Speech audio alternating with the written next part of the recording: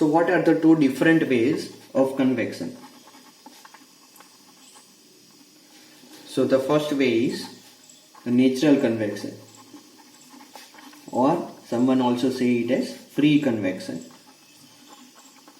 and the second is forced convection. So the thing is very simple, there are no complexities involved over here. The thing is, the free convection means there are no external forces involved, no external force.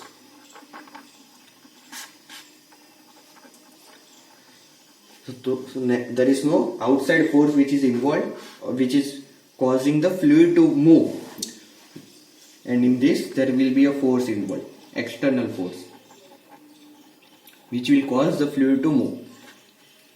So that's all. So over here the fluid flows, obviously the fluid will obviously flow, that's the condition for convection to happen. But in this case, when we have natural convection, there is no external force, but there can be internal forces. So the fluid flows because of buoyancy force. The buoyancy effect will come into picture over here. So there is only buoyancy force over here, that is the near surface fluid which was over here, the fluid which is near to the surface is at higher temperature in this case, because the surface temperature was higher. That means the fluid molecules which are close to the surface will get to the higher temperature earlier than to the molecules which are away from the surface. So these higher temperature molecules, so the temperature is higher, that means the density will be lower. And why so? We can look at this also. PV is equal to nRT, or P is equal to 1 upon rho RT. So these are two opposite things otherwise. So as the temperature increases, the density decreases. So because they are having lower density, that means they are lighter. So these molecules which are lighter will try to go upwards, and the molecules which are heavier, which are having lower temperature with respect to the molecules which are close to surface, these molecules will come down. So this internal movement, this rotational movement of molecules of the fluid is called as buoyant effect, which we have studied much earlier in 11th, 12th or even 10th grade. So the molecules of lower density would move upward and will be replaced by higher dense fluid, and which is relatively cooler than the older fluid. So that internal movement is the cause for convection to happen. In this case, in forced convection, we have external force. That means we are using some fan, we are using some motor, etc. So this forced convection happens in radiator of our car. As the car is moving, there is air which is coming with a force. So that's the difference. And because of these two differences, over here we have, obviously we'll have buoyancy effect.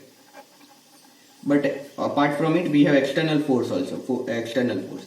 And this external force is not involved in that. So that's the difference. So heat transfer in forced convection